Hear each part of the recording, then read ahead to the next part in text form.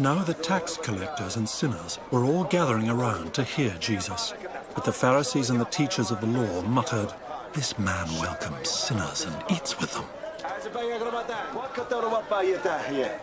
Then Jesus told them this parable. Suppose one of you has 100 sheep and loses one of them. Doesn't he leave the 99 in the open country and go after the lost sheep until he finds it? And when he finds it, he joyfully puts it on his shoulders and goes home.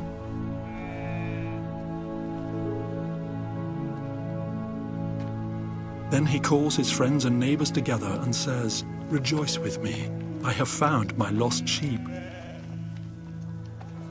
I tell you that in the same way there will be more rejoicing in heaven over one sinner who repents than over 99 righteous persons who do not need to repent.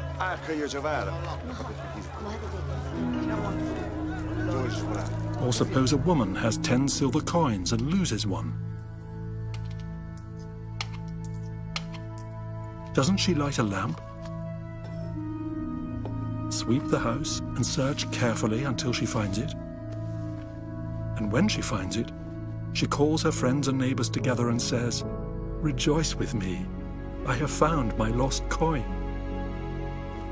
In the same way, I tell you, there is rejoicing in the presence of the angels of God over one sinner who repents.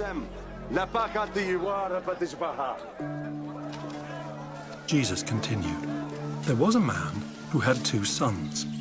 The younger one said to his father, 'Father, give me my share of the estate.' So he divided his property between them. Not long after that, the younger son got together all he had, set off for a distant country, and there squandered his wealth in wild living. After he had spent everything, there was a severe famine in that whole country, and he began to be in need. So he went and hired himself out to a citizen of that country, who sent him to his fields to feed pigs. He longed to fill his stomach with the pods that the pigs were eating, but no one gave him anything.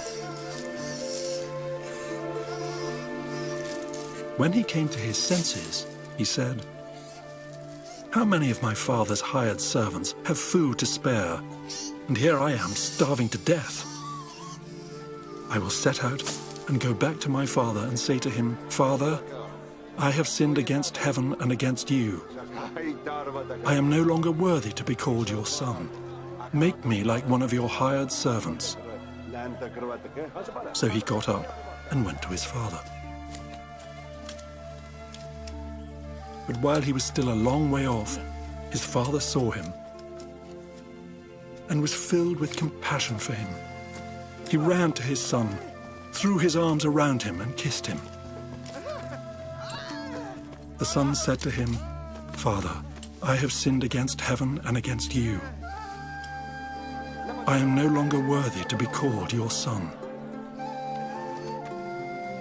But the father said to his servants, "Quick, bring the best robe and put it on him. Put a ring on his finger and sandals on his feet. Bring the fattened calf and kill it. Let's have a feast and celebrate.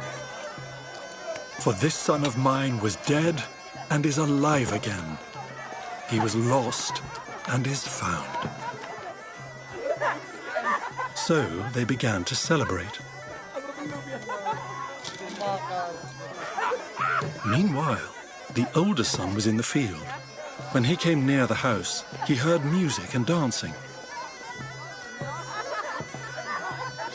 So he called one of the servants and asked him what was going on.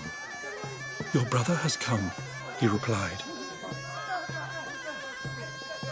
"and your father has killed the fattened calf because he has him back safe and sound."